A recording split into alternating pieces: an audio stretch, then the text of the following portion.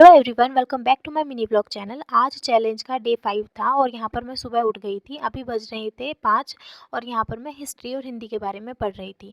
Then मैं walking करने के लिए चली गई थी 6 बजे। उसके बाद वापस आने के बाद ना मुझे प्यास लगी थी, थोड़ा बहुत मैंने पानी पिया। उसके बाद मैंने तुरंत नाश्ता बनाया। नाश्ता खाकर ना मुझे पढ़ने के लिए बैठना था। हिंदी पढ़ रही हूँ और हिंदी में मैं पढ़ रही हूँ सर्वेश्वर दयाल सक्सेना जी की कविता, जो कि बहुत ही ज़्यादा मोटिवेशनल है। इस कविता का नाम है भेड़िया। भेड़िया गुर्राता है, तुम मशाल जलाओ। उसमें और तुम्हें यही बुनियाद फ़र्क है। भेड़िया मशाल नहीं जला सकता। अब तुम मशाल उठा, भेड़िए के करीब जाओ, भेड़िया भागेगा।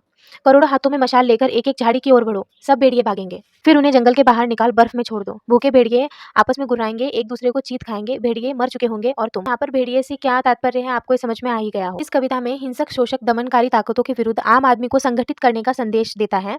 प्रस्तुत अंश में वास्तविक मनुष्य एवं मनुष्य के भेष में भेड़िए के बीच अंतर किया गया है और भेड़ियों के विरुद्ध आम जन को संगठित होने के लिए कहा गया है।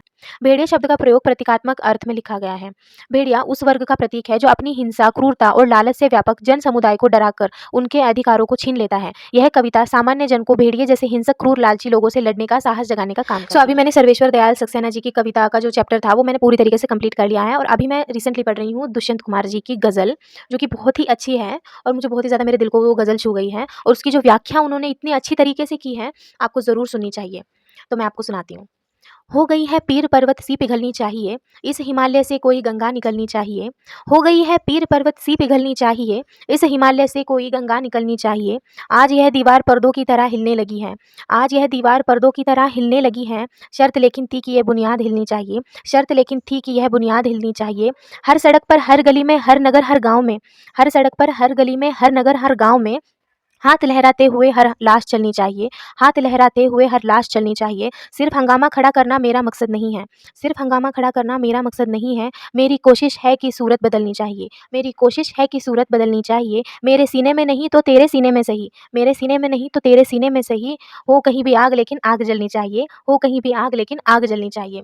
तो मैं आशा करती हूँ कि आपको ये गज़ल बहुत ही ज़्यादा पसंद आई होगी और इस गज़ल के पीछे की क्या कहानी है वो भी आपको समझ में आ चुकी होगी। हम अक्सर अपने आसपास हो रही घटनाओं पर आपस में चर्चा करते रहते हैं। ऐसी कई बातें हैं जो वर्षों से हमें परेशान करती रही हैं। कुछ लोग समस्याओं के समाधान की कोशिश करते हैं और अधिकांश लोग जैसी व्यवस्था चली आ रही है उसका चुपचाप रहकर अनुसरण करते रहते हैं। जो कुछ भी घटित हो रहा है उसे जीवन का हिस्सा मान लेते हैं। कवि या लेखक समाज की यथार्थ स्थिति को अपनी रचनाओं के माध्यम से उजागर करते हैं और शासन व व्यवस्था के लिए समाधान भी प्रस्तुत करते हैं। हमारे देश आज भी कई सामाजिक, आर्थिक एवं अन्य असमानताओं और समस्याओं से जूझ रहा है। समाज में परिवर्तन के प्रति जो उदासीन। सो आज के लिए बस इतना ही। तब तक आप चैनल को लाइक, शेयर एंड सब्सक्राइब जरूर कीजिए और कल मिलते हैं। Bye bye.